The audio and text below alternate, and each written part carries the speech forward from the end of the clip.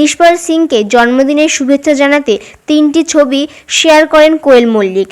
প্রথম ছবিতে একাই কোয়েলের বর নিষ্পাল, পরেরটিতে নিষ্পালের কাঁধে মুখ রেখেছেন কোয়েল মল্লিক, আর 3 নম্বর ছবিতে নিষ্পালের বুকে মাথা রেখেছেন কোয়েল মল্লিক।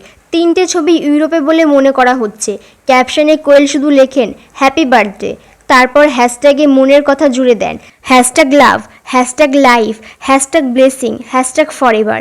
একসময় টলিপাড়ার হিট জুটি ছিলেন কোয়েল ও জিৎ। শোনা যায় নাটের গুরু ছবিতে কাজ করার সময়ই নাকি কোয়েলকে প্রেমের প্রস্তাব দিয়েছিলেন সুপারস্টার জিৎ, তবে সেই সময় অভিনেত্রী মানা করে দেন। তারপর 7 পাকে বাঁধাতে কাজ করার সময় কোয়েলও মন দিয়ে ফেলেন জিৎকে, কিন্তু পরিণতি পায়নি কখনো এই সম্পর্কের।